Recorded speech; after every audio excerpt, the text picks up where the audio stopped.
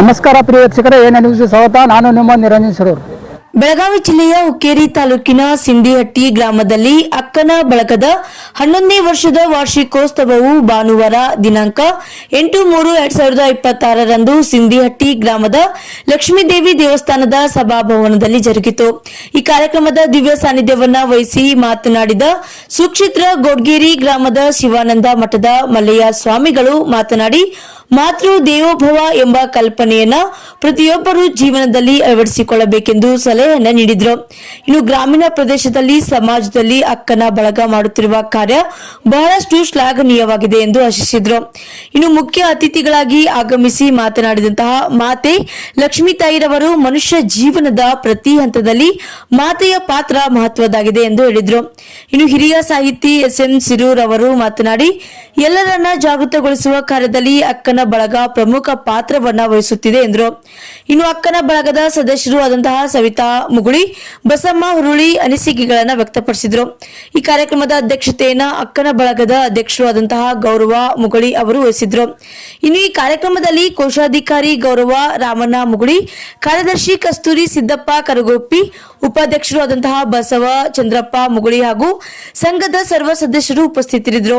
ಇನ್ನು ಸಂಘದ ಸದಸ್ಯರು ಆದಂತಹ ಸುರೇಖಾ ಹುರುಳಿ, ಬಸವ ಹುರುಳಿ ವಾರ್ಷಿಕ ವರದಿಯನ್ನು ವಾಚಿಸಿದ್ರು. ಶಿಕ್ಷಕಿ ಕಸ್ತೂರಿ ಹುರುಳಿ ಹಾಗೂ ಸಾಕ್ಷಿ ಮುಗುಳಿ ಜಂಟಿಯಾಗಿ ಈ ಕಾರ್ಯಕ್ರಮವನ್ನು ನಿರೂಪಿಸಿದ್ರು. ಇನ್ನು ಶುಭ ಸಂದರ್ಭದಲ್ಲಿ ಹಿಡಿಕಲ್ ಡ್ಯಾಂ ಸಿಂಡಿಹಟ್ಟಿ ಗ್ರಾಮದ ಹಿರಿಯರು ಇನ್ನೂ ಹಲವಾರು ಗಣ್ಯರು ಈ ಸಂದರ್ಭದಲ್ಲಿ ಉಪಸ್ಥಿತರಿದ್ದರು.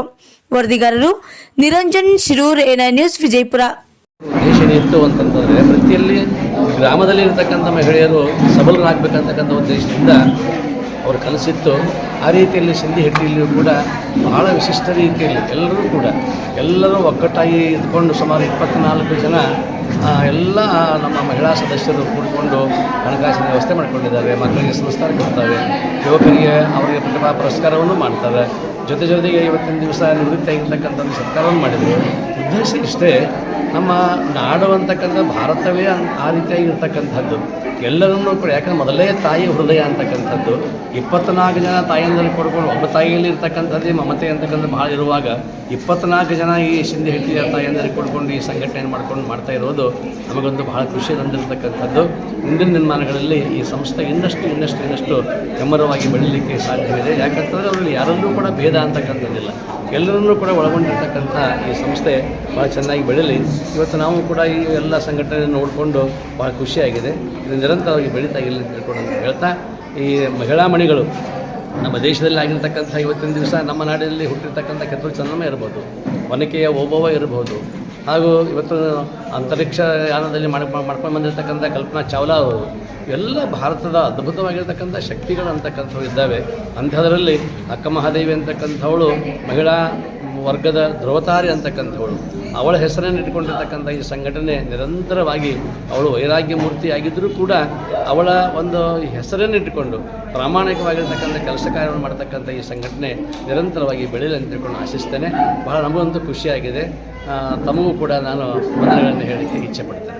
ಮುಂಬರುವ ಅಥವಾ ರಾಜಕೀಯ ಇದು ಯಾವುದೂ ಇಲ್ಲ, ಇದೆಲ್ಲವನ್ನು ಹೊರಗೆ ಇಟ್ಟವರು ಮಾಡ್ತಾ ಇರೋದ್ರಿಂದ ಬೆಳೀಲಿಕ್ಕೆ ಸಾಧ್ಯ ಇದೆ ಅಂತ ತಿಳ್ಕೊಂಡು ನನಗಂತೂ ಮನವರಿಕೆ. ಶರಣ ಬಂಧುಗಳು ಶರಣಗಳನ್ನು ಸಮರ್ಪಿಸಿ ಎಲ್ಲ ತಾಯಿಗಳಿಗೂ ಮುದ್ದು ಮಕ್ಕಳಿಗೂ ಶರಣ. ವಿಶ್ವ ಮಹಿಳಾ ದಿನಾಚರಣೆ ಬಹಳ ಸುಂದರವಾಗಿ ಮಾಡಿದ್ರು. ಏನು ನಾನು ಮಾತಾಡಬೇಕಂದ್ರೆ ಟೈಮ್ ಒಂದು ಟೈಮ್ ಎಲ್ಲರೂ 8 ಗಂಟೆಗೆ ಬಂದರು. ನೀವೆಲ್ಲರೂ ಭಾಳ ಆ್ಯಕ್ಟಿವ್, ಎಲ್ಲರೂ 8 ಗಂಟೆಗೆ ಕುಂತು ಕೆಲಸ ಮಾಡಕತ್ತಾರೆ, ಓಡಾಡಕತ್ತಾರೆ. ಇನ್ನು ನಾನು ಒಟ್ಟು ಮಾತಾಡ್ಕೊಡ್ತೀನಿ ಅಂದ್ರೆ ಸ್ವಲ್ಪ ಏನಾಗ್ತದೆ, ಎಲ್ಲರಿಗೂ ಟೈಮ್ ಯಾವ್ದಕ್ಕೆ ಈಗ ಊಟಕ್ಕೆ ಟೈಮ್ ಅದ, ಅದಕ್ಕೆ ಭಾಳತ್ತೇನು ಮಾತಾಡಲಿಲ್ಲ. ಒಂದು 10 ನಿಮಿಷ ನಾನು ನನ್ನ ದೇವಿ ಸೇವೆಯನ್ನು ಮಾಡಿ. ಶರವರು ಏನ್ ಚಂದ ಏನ್ ಚಂದವೋ, ಅಕ್ಕನ ಬಳಗ ಏನ್ ಚಂದ ತುಂಬಿದೆಯೋ, ಅಡಿಗೆ ರಾಮಣ್ಣನ ಸೀತೆ ಗೌರವ, ಪೊಲೀಸ್ ಜನ ಪತ್ನಿ ಕಸ್ತೂರಿ ಕರಗುಪ್ಪಿ, ಎಂಬುವ ಸುರರುಗಳ ತಾಳಿ ಪುರುಷತ್ವವನ್ನು ಸೀಳುಗಳಿ ಮಸ್ತಕವ ಓಡು ಸಹಸ್ರವ ಮಾಡ ಪಾಲಾಕ್ಷಿಗೆ